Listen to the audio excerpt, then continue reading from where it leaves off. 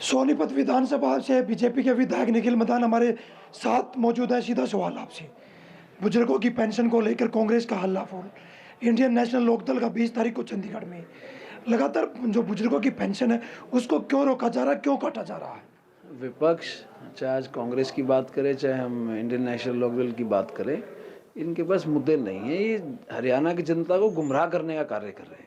और 3 दिन पहले मुख्यमंत्री जी ने पूरे प्रदेश के सीनियर अधिकारियों के साथ में, उसके बाद प्रेस कॉन्फ्रेंस के माध्यम से हरियाणा की जनता को क्लियर किया है कि जो आज 70,000 लोगों की पेंशन रुकी है हरियाणा के अंदर, वो एक वेरिफिकेशन प्रोसेस है, वेरीफाई किया जा रहा है। क्योंकि जो वेरिफिकेशन के माध्यम से किसी के डॉक्यूमेंट्स पूरे नहीं थे, आज उनको पूरा करके उनकी पेंशन दोबारा से चालू होएगी। और पिछले साल अक्टूबर के महीने में मुख्यमंत्री जी ने घोषणा करी थी कि जो 3,000 वाली पेंशन है उसको 3200 किया जा रहा है। और आज वो पेंशन जो अब जनवरी से आ रही है वो बढ़ के आ रही है 3200 से। और नवंबर और दिसंबर का जो एरियर रह गया, जो 200 रुपये नहीं मिले उनको बढ़ के, वो भी आगे इनमें बढ़ा के डाले जाएंगे, वो एरियर भी पूरा किया जाएगा। तो आज हमारी सरकार की, हमारे मुख्यमंत्री नायब सिंह सैनी जी की जो आज सोच है वो बिल्कुल स्पष्ट है कि जो हरियाणा की जनता से वादा है और जो हरियाणा की जनता की चाहे किसी भी वर्ग की पेंशन है, ना तो किसी को काटा जा रहा है और ना ही हम लोग किसी से वेरिफिकेशन का जो प्रोसेस है उसको पूरा करने के लिए जो पेपर्स वगैरह मांगे जा रहे हैं, उससे कार्य थोड़ा सा डिले जरूर हो रहा है। पर जितने भी टाइम की इसकी जो पेंशन रुकी है सबके खातों में आएगी। अब कांग्रेस ने आज सोनीपत से पूरे हरियाणा में बुजुर्गों की पेंशन रोकने को लेकर अपना प्रदर्शन शुरू कर दिया है कि बुजुर्गों का हक नहीं छीनने देंगे। कई बुजुर्गों की 8 महीने की, किसी की 9 महीने की, किसी की 4 महीने की क्यों रोकी जा रही है, कारण क्या है?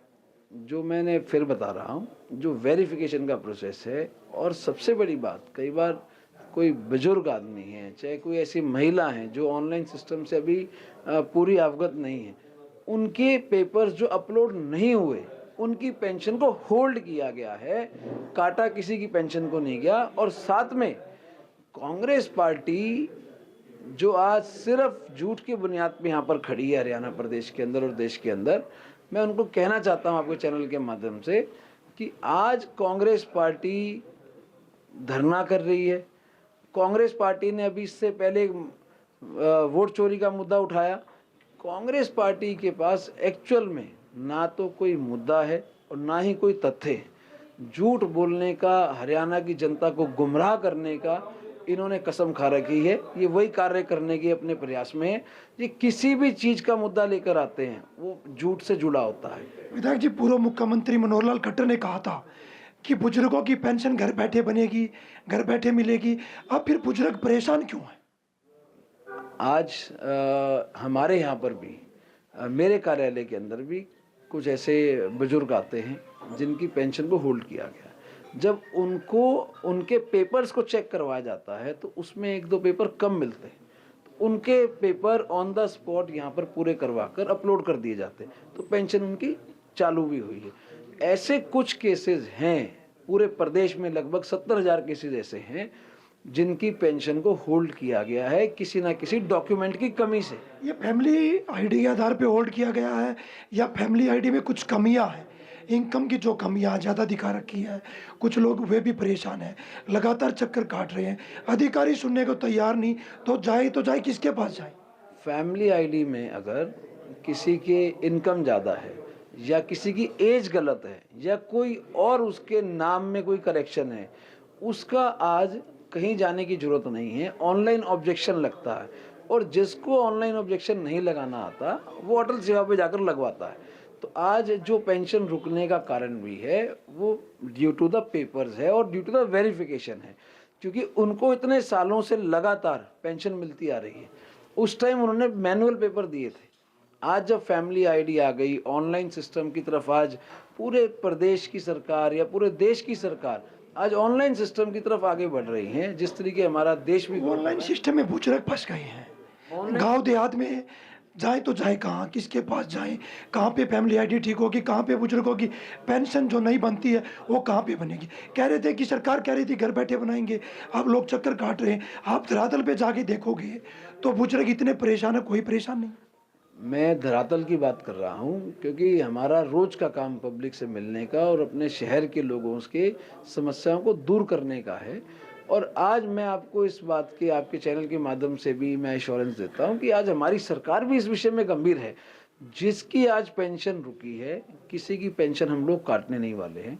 ये सिर्फ विपक्ष एक मुद्दा चला रहा है कि पेंशन कट गई। विपक्ष तो कह रहा है कि पोर्टल बना के छोड़ दिया, आम जनता को पोर्टल बना दिया है बीजेपी। आज पोर्टल के माध्यम से वो लोग भी हैं जिनको पेंशन मिल रही है। आज कांग्रेस हर बात पे झूठ बोलने का काम कर रही है। आज ये अपना समय भूल गए। 13-14 के आखिरी बजट में इन्होंने जब बात रखी थी तो 500 रुपये से 1000 रुपये पहली बार इन्होंने पेंशन करी थी, और साथ में उन लोगों के पेंशन जाया करती थी या उनके पीले कार्ड बनाए करते थे जिनके घर में गाड़ी, बाइक, एसी सब कुछ होता था। कांग्रेस सिर्फ झूठ बोल रही है। और आज मैं एक बात और कहना चाहता हूं आपके चैनल के माध्यम से, हमारे प्रदेश के लोकप्रिय मुख्यमंत्री नायब सिंह सैनी जी ने ये बड़ा स्पष्ट किया है कि आज जो पेंशन में कमी आ रही है या जिनको तकलीफ आ रही है वेरिफिकेशन डॉक्यूमेंट्स के लिए, बहुत जल्द इसको भी दूर करेंगे। और जो ऑनलाइन पोर्टल का सिस्टम है, इसके अंदर अगर किसी को कोई कमी आ रही है या कोई भी अड़चन किसी को फैमिली आईडी के रिलेटेड आ रही है, उसको सरकार बहुत गंभीर रूप से देखकर उस कमी को दूर करने वाली है। और जल्द ही जो ऐसी कमी आ रही है पूरे प्रदेश में, इनको करेक्शन करके ठीक भी किया जाएगा। बच्चू सिंह चौटाला कह रहे हैं कि हर बुजुर्ग पेंशन का हकदार है। बच्चे माँ बाप की सेवा नहीं करते, बड़ी गाड़ियों में घूमते हैं, तो बुजुर्ग पेंशन तो लेगा। उसको लेकर कह रहे हैं कि हम प्रदर्शन करने जा रहे हैं, एक बड़ा प्रदर्शन सरकार के खिलाफ करेंगे। विपक्ष गुमराह करेगा, उनका काम है गुमराह करने का। चाहे आज हम आईएनएलडी की बात करें, आईएनएलडी आज जो बात कह रही है कि बुजुर्ग को पेंशन का हकदार है, हमारी सरकार तो हर वर्ग की, हर कैटेगरी को, चाहे वो हम बुजुर्ग की बात करें, चाहे बुढ़ापा पेंशन की बात करें, चाहे महिलाओं की पेंशन की बात करें, विधवा पेंशन की बात करें, दिव्यांग की पेंशन की बात करें, सरकार ने कैंसर पीड़ित स्टेज 3 और स्टेज 4 के जो हमारे पीड़ित लोग हैं, चाहे हम उनकी बात करें, हमारी सरकार तो निरंतर उनको लगातार पेंशन देने का काम कर रही है। और पेंशन की बढ़ोतरी भी कर रही है। जो नवंबर तक 3 अक्टूबर तक 3000 थी, अब वो 3200 रुपये जाने वाली है पेंशन उनके खातों में। और मैं एक बात समझता हूँ, आज वे विपक्ष को भी पता है कि आज भारतीय जनता पार्टी और नायब सिंह सैनी जी जो आज कार्य हमारे प्रदेश में कर रहे हैं, वो बिल्कुल स्पष्ट है, हमारे इस प्रदेश को आगे बढ़ाने के लिए कर रहे हैं। और सवाल है हमारा, खिलाड़ी की बात करते हो, जवान की बात करते हो, हरियाणा प्रदेश में बहुत से खिलाड़ी ऐसे हैं जिनकी इनाम राशि अभी तक रुकी हुई है, सरकार क्यों नहीं दे पा रही?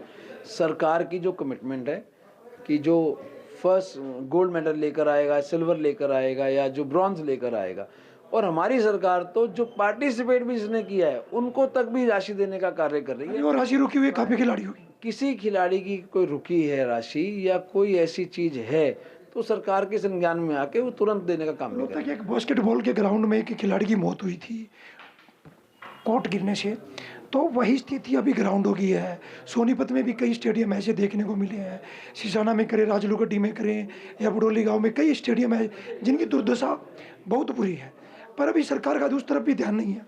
आप जो पीछे हादसा रोहतक में ऐसा हुआ था, हम बड़ा दर्दनाक वो था, और हम सब भी इस बात को बड़ी गंभीरता से समझते हैं कि जो हमारे सोनीपत के स्टेडियम भी हैं, चाहे आज हम अपने सोनीपत की बात भी करते हैं, चाहे पूरे प्रदेश की बात करते हैं, सरकार ने उसके बाद स्ट्रिक्ट निर्देश अधिकारियों को देकर उनके ऊपर कहीं भी ऐसी कोई चीज़ है जिससे किसी भी खिलाड़ी को चोट पहुंच सकती है, उन कमियों को दूर करने के निर्देश भी दिए हैं। और साथ में चाहे आज हमारे सोनीपत के हैं, आज हमारे सोनीपत सेक्टर 4 का स्टेडियम है, उसका एसएमडीए के थ्रू हम काम कर रहे हैं। आज जो अब हमारा बजट का है सेशन अब चालू हो रहा है, इसमें हमारे सोनीपत के सुभाष स्टेडियम के लिए जो इसके अंदर कमियां हैं उसको दूर करने के लिए, पूरे इसका नवीनीकरण दोबारा कराने के लिए मेरा इसका प्रस्ताव है और मुझे पूरा भरोसा है कि हम जल्द इसको पास कराकर इसके अंदर कार्य भी चालू कराएंगे। और जहाँ जहाँ भी जिस भी विधानसभा के और स्टेडियम हमारे सोनीपत डिस्ट्रिक्ट के अंदर हैं, चाहे आप सिसाना की बात कर रहे थे, सिसाना वाले स्टेडियम के लिए भी ये मेरे सामने की बात है, कुछ खिलाड़ी मिले थे जो उन्होंने शिकायत दी थी या जो उन्होंने अपनी रिक्वायरमेंट दी थी, मंत्री जी ने और हमारे मुख्यमंत्री जी ने तुरंत डीसी साहब को उसकी निर्देश दिए थे कि आप इसको पूरा कराने का काम करें। तो मैं समझता हूँ आज सरकार इस विषय में बड़ी गंभीर है कि कहीं भी हमारे खिलाड़ियों के साथ कोई ऐसी दिक्कत ना आए, कोई उनको तकलीफ ना आए। सरकार उनको निरंतर आगे बढ़ाने के लिए प्रयास कर रही है। देखिए, हमारे साथ सोनीपत से विधायक निखिल मदान थे। उनका कहना है कि बुजुर्गों की पेंशन को लेकर विपक्ष लगातार जनता को गुमराह करने का काम कर रहा है। सोनीपत से पवन राठी, हरियाणा तक।